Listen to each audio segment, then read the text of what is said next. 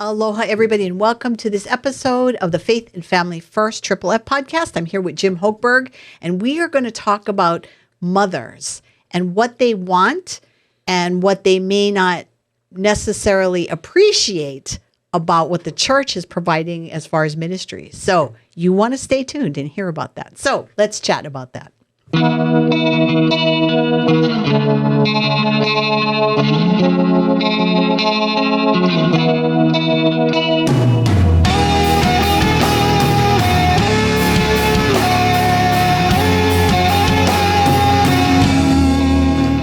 Hello, Jim. And it's not May. I haven't woken up and missed the rest of 2023 and we're in Mother's Day month, May. No, but it's Respect Life. There you go. Life month. Okay. And I'm good. Can life begin without a mother, Jim? You ain't going to get me into that conversation today. So we are going to do something that you and I love to do whenever Gallup or Arizona State Christian University comes out with studies. We like to talk about them. And so this study we're going to be sharing with our viewers and listeners today is Motherhood, the State of Mom and What It Means for the Church. And it's a brand new research that's been done by Barna. And I paid for this report. So for those of you listening and viewing, if you want to get a copy of it, you're going to have to unfortunately pay for it. That's how Barna makes their money. How much was it? I'm not going to tell you. That is between me and the Lord.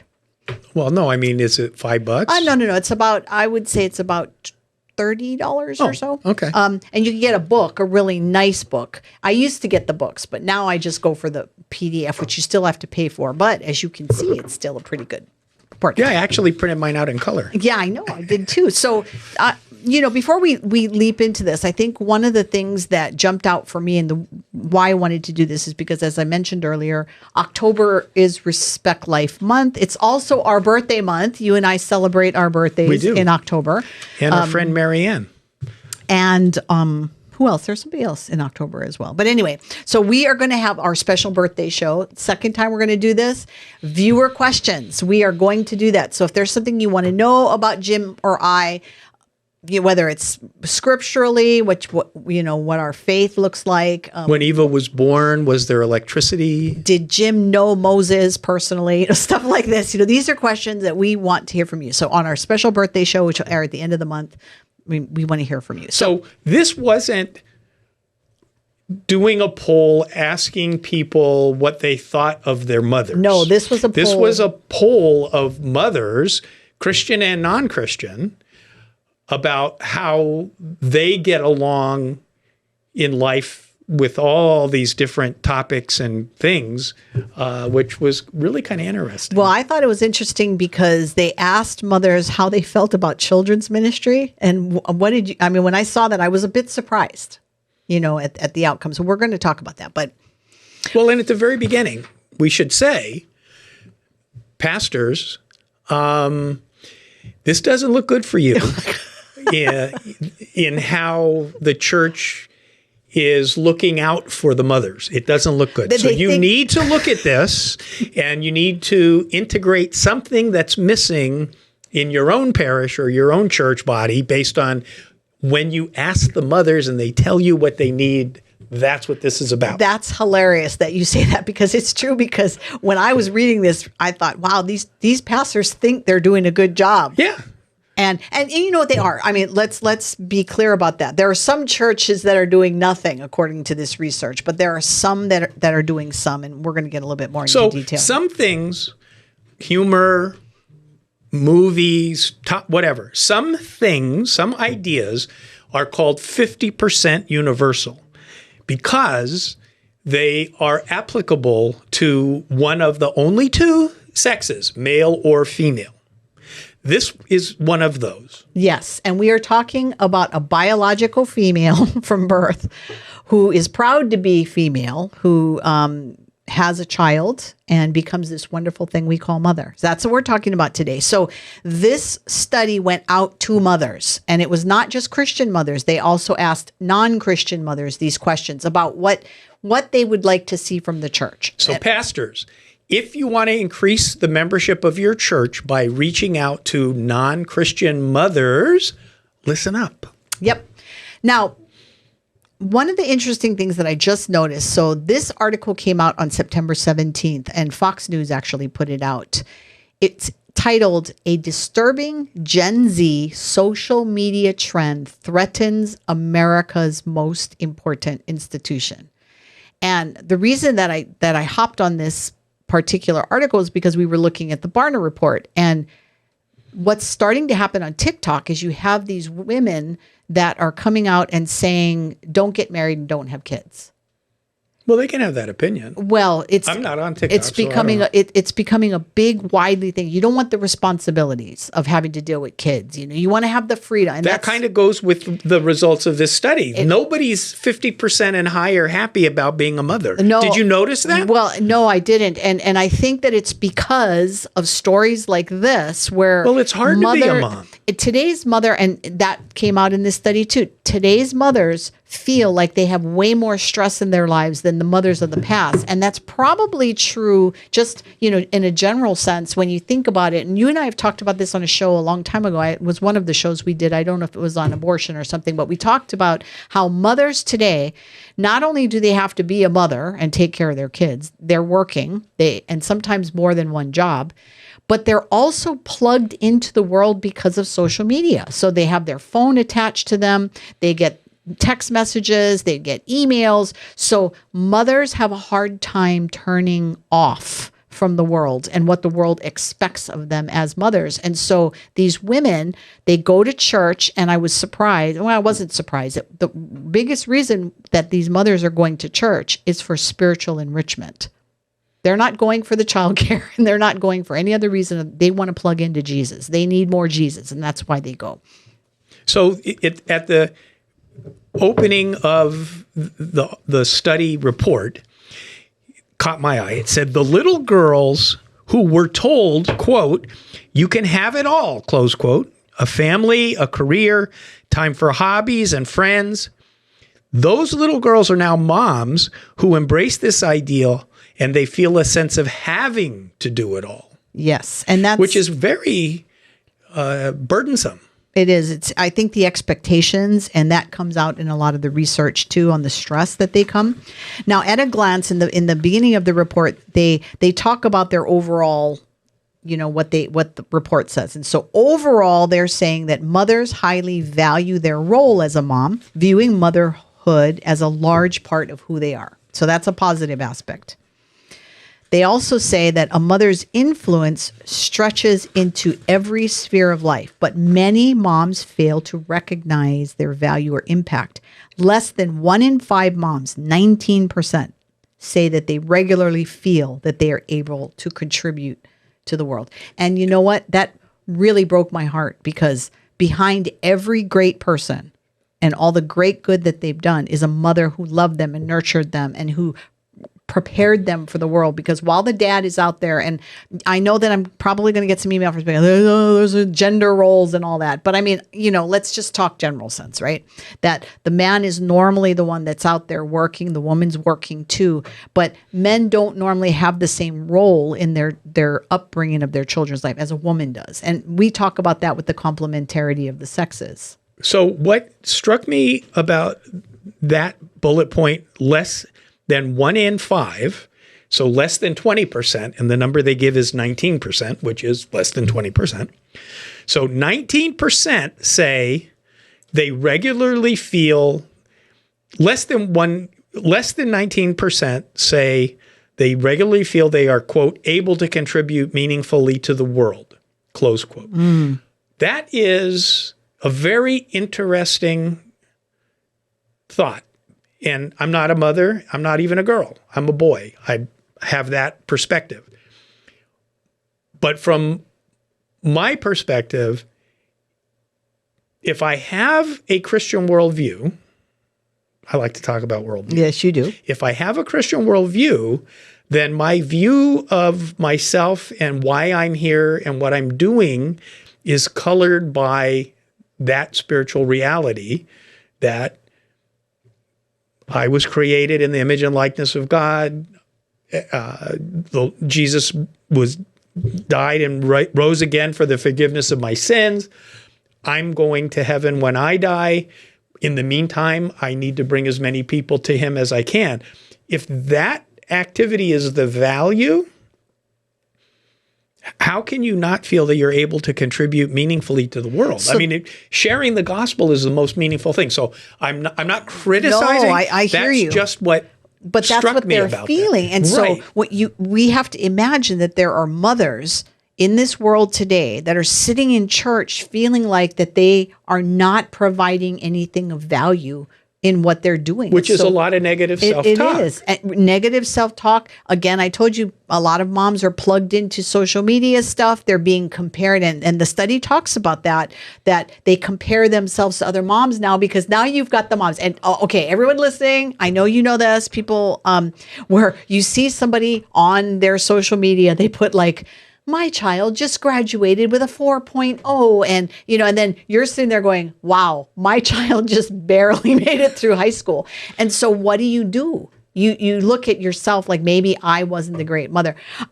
I see it all the time in my own circles, which brings us to the next point, which was shocking. Many mothers, including Christian moms, don't think very highly of their community.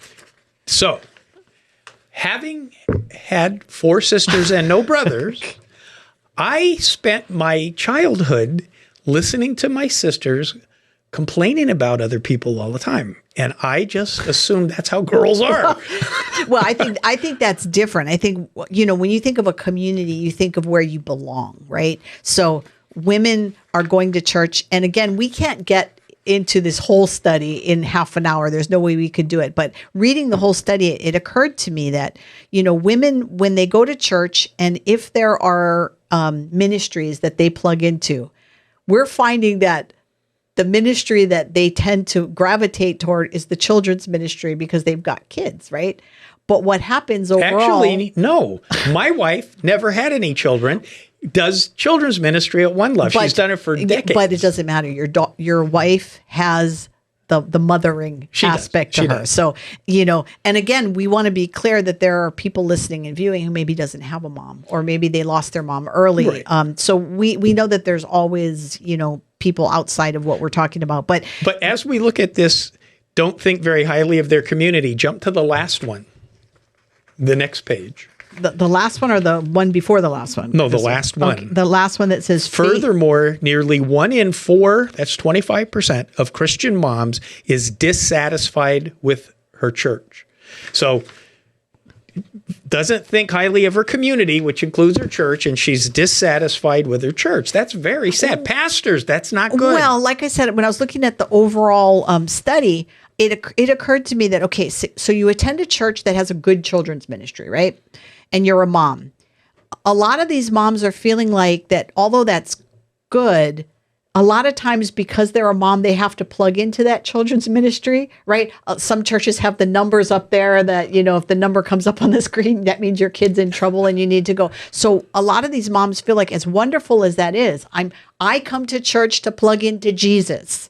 It's great that you're helping me with these kids, but if I'm having to watch for my kid's number up there, or some churches make parents have to volunteer. So if you put your so you know what I think the dads are worried about up on the screen? Their license plate. For those churches that have that, that's true. But would you please move the car with the license plate? And another part of their complaint was that they lump women's ministry and children's ministry all together in women's ministry. And there are some women that don't have children. And so if you're going to these meetings... I don't think all churches are like that. No. But they're talking about some women that answered felt that way. They were like, okay, so you have a women's ministry, but that means childcare. And it means coffee and donuts on Saturday. But the coffee and donuts on Saturday are basically the moms who are appreciating the coffee and donuts because the kids are in the childcare. So a regular woman who maybe doesn't have like kids or whatever may feel a little not welcome there, right? So pastors have to take a step back and understand that women have different needs, moms have different needs. So let's talk about that. Let's talk about what their needs are, right? Real quick though, the other things were, along with gaps in community, anxiety and exhaustion were evident in the lives of most of these moms. They asked Christian and non-Christian moms about their perceptions of life. And then they graphed them out, which is kind of cool because I like graphs. But it was interesting. They said, are you overwhelmed with responsibilities? 43% of Christian moms and 46% of non-Christian moms felt overwhelmed with responsibilities. Come on, pastors. That's not good. No, it's not. That is not what the church is supposed to be doing, and they're supposed to be helping alleviate, right? Anxious about important decisions, uncertain about the future, afraid to fail, lonely and isolated from others, insecure in who I am. Pastors, the church, this is for the church. It really is. It really is.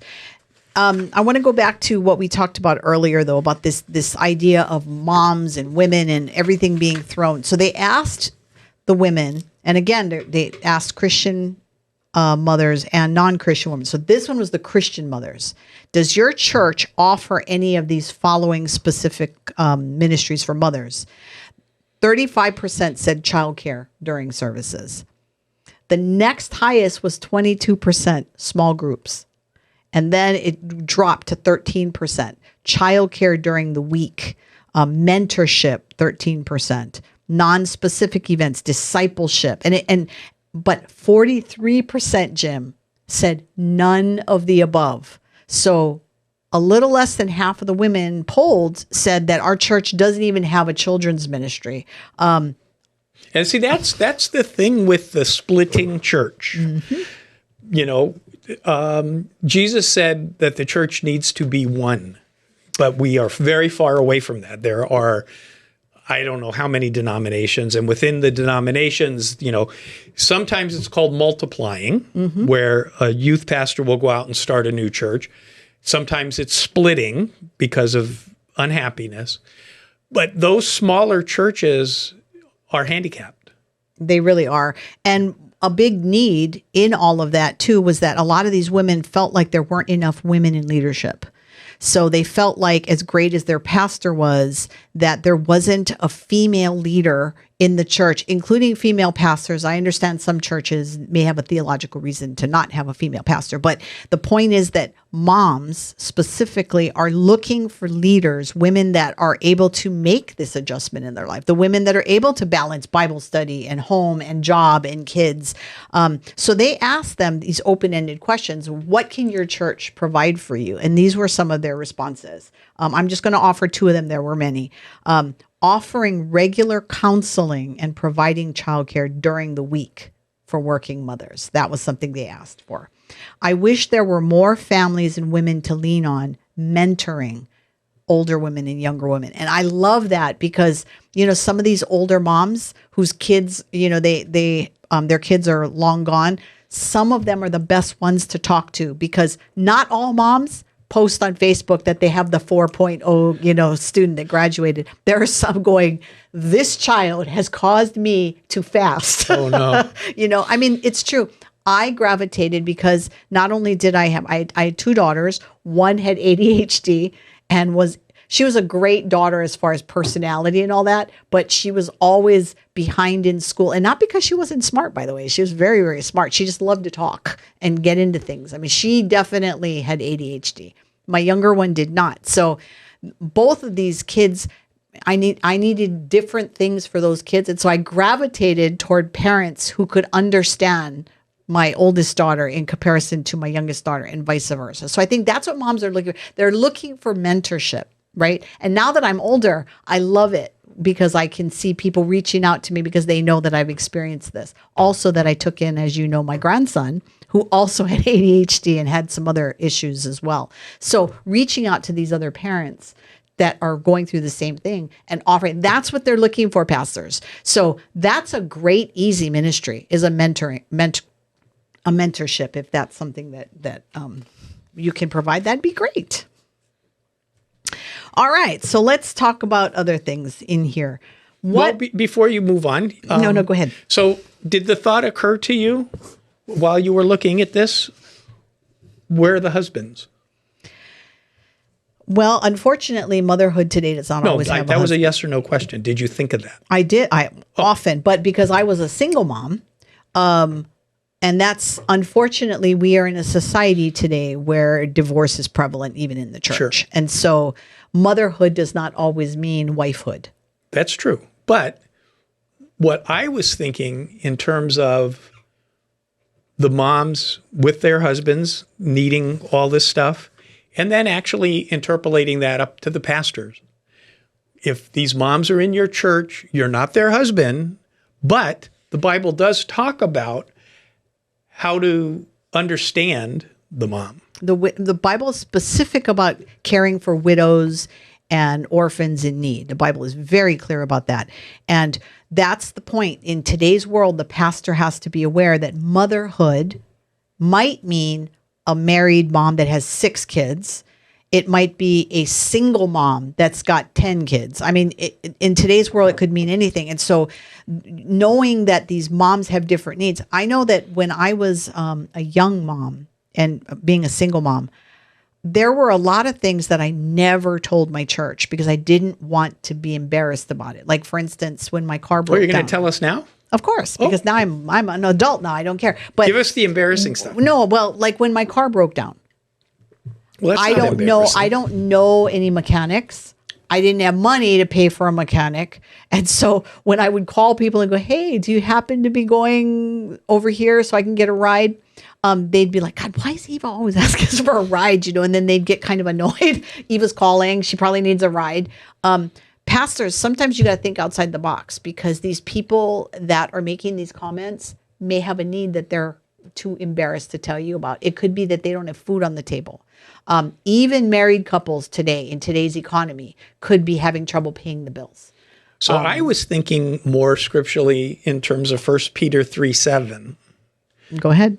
Are you a Calvary Preach Chapelite that knows exactly what that verse is? I know what that verse is, but share it for our viewers and listeners. So which version do you read? I read all the versions because I have a parallel Bible. Okay, so most people, I think, like NIV.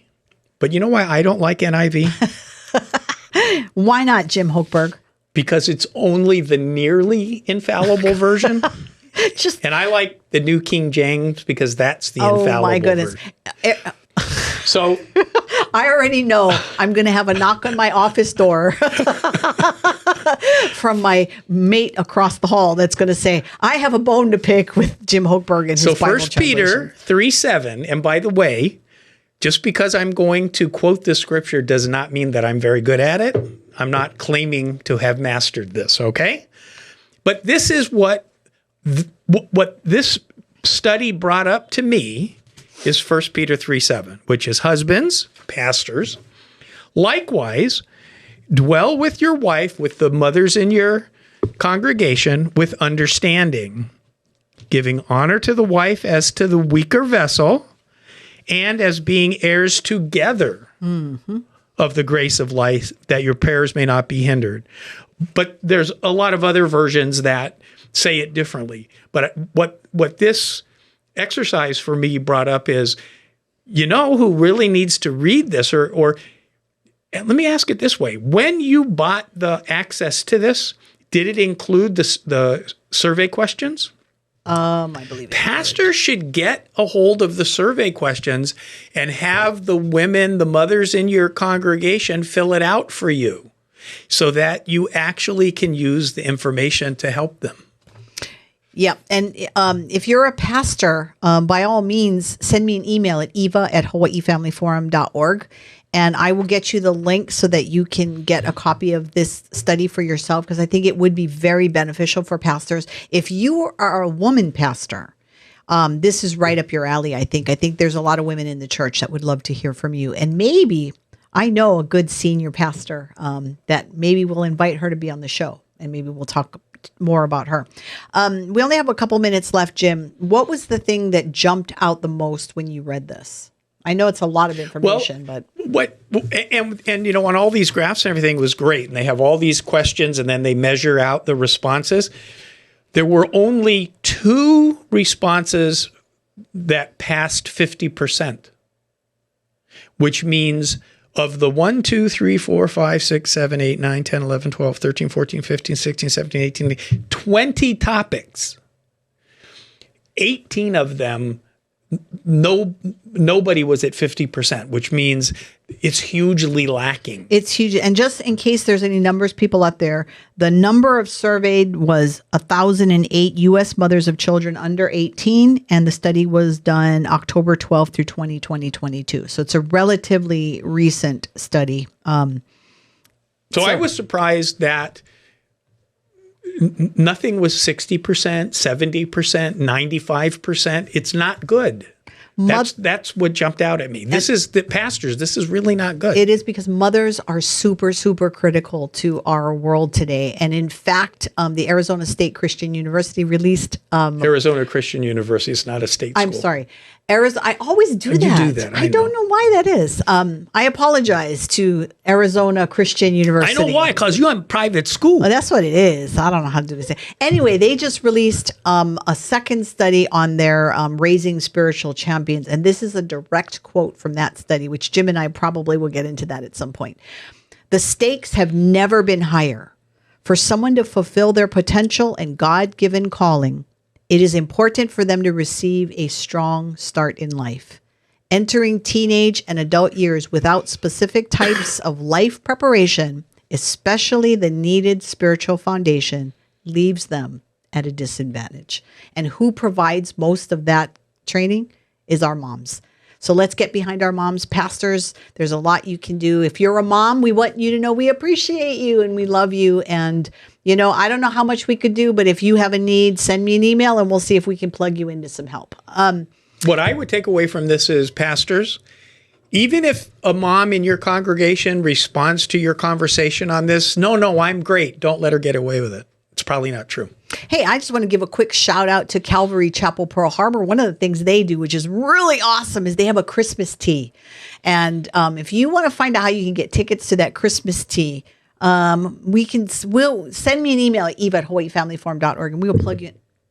We will plug you into Calvary Pearl Harbor because that tea is phenomenal. And it's a great thing for moms and women and even husbands. I don't know. Husbands did a lot of the tea serving in the past. So let's give them a shout out for that. Hey, if your church has a ministry for mothers, post that in the comments below, especially if you're here in Hawaii, because we want to give you a shout out too if you actually have a ministry for mothers. And don't worry about banging the mic stand. Mick Jagger does that now too. He's like 85.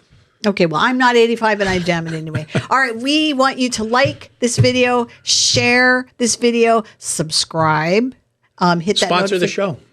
Hit the notification button so you know every single time we upload a new video. And we will see you all next week. And don't forget, send us those questions for our birthday. Aloha.